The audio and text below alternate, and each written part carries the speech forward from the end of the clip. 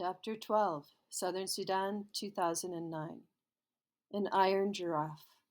A red giraffe that made very loud noises.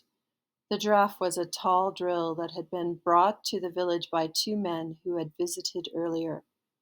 They had returned with a crew of 10 men and 2 trucks, one hauling the giraffe drill along with other mysterious equipment, and the other loaded with plastic pipe. Meanwhile, the land was still being cleared. Naya's mother tied the baby on her back and walked with several other women to a place between the village and the pond. They collected piles of rocks and stones and tied them into bundles using sturdy cloth. They balanced the bundles on their heads, walked back to the drilling site, and emptied the rocks onto the ground. Other villagers, using tools borrowed from the visitors, pounded the rocks to break them up into gravel. Many loads of gravel would be needed. Naya didn't know why. The piles of gravel grew larger each day. The clangor of machinery and hammer greeted Naya each time she returned from the pond. Unfamiliar noises that mingled with the voices of men shouting and women singing. It was the sound of people working hard together. But it did not sound at all like water. Itang Refugee Camp, Ethiopia, 1985. Mother, mother, please! Salva opened his mouth to call out again, but the words did not come. Instead, he closed his mouth, lowered his head, and turned away. The woman in the orange headscarf was not his mother. He knew this for certain, even though she was still far away and he had not seen her face. Uncle's words came back to him. The village of Lunaruk was attacked, burned. Few people survived. No one knows where they are now. In the moment before calling out to the woman a second time, Salva realized what Uncle had truly meant, something Salva had known in his heart for a long time. His family was gone. They had been killed by bullets or bombs, starvation or sickness. It did not matter how. What mattered was that Salva was on his own now. He felt as though he was standing on the edge of a giant hole, a hole filled with the black despair of nothingness. I am alone now. I am all that is left of my family.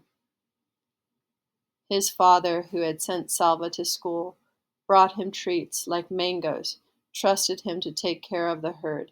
His mother, always ready with food and milk, and a soft hand to stroke Salva's head. His brothers and sisters, whom he had laughed with and played with and looked after. He would never see them again.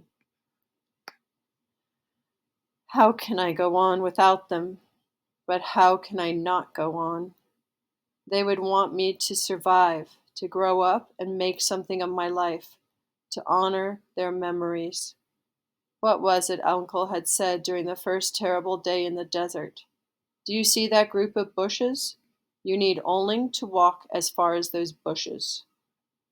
Uncle had helped him get through the desert that way, bit by bit, one step at a time. Perhaps Salva could get through his life at the camp in the same way. I need only to get through the rest of this day, he told himself. This day and no other. If someone had told Salva that he would live in the camp for 6 years, he would never have believed it. 6 years later, July 1991. They are going to close the camp. Everyone will have to leave. That's impossible. Where will we go? That's what they're saying. Not just this camp. All of them.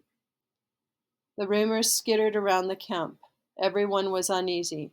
As the days went by, the uneasiness grew into fear. Salva was almost 17 years old now, a young man. He tried to learn what he could about the rumors by talking to the aid workers in the camp. They told him that the Ethiopian government was near collapse. The refugee camps were run by foreign aid groups. but it was the government that permitted them to operate. If the government fell, what would the new rulers do about the camps?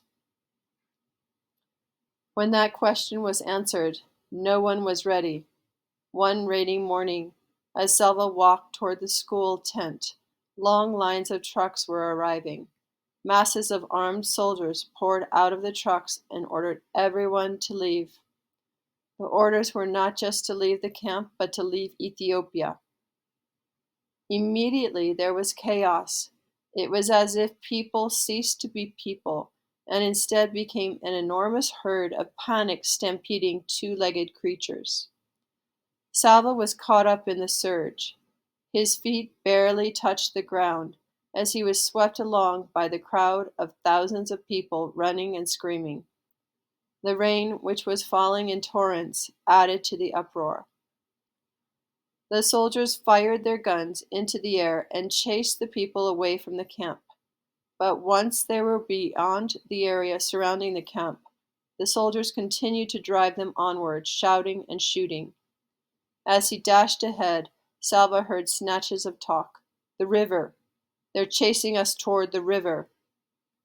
Salva knew which river they meant, the Gilo River, which was along the border between Ethiopia and Sudan. They are driving us back to Sudan, Salva thought. They will force us to cross the river. It was the rainy season. Swollen by the rains, the Gilo's current would be merciless. The Gilo was well known for something else too, crocodiles.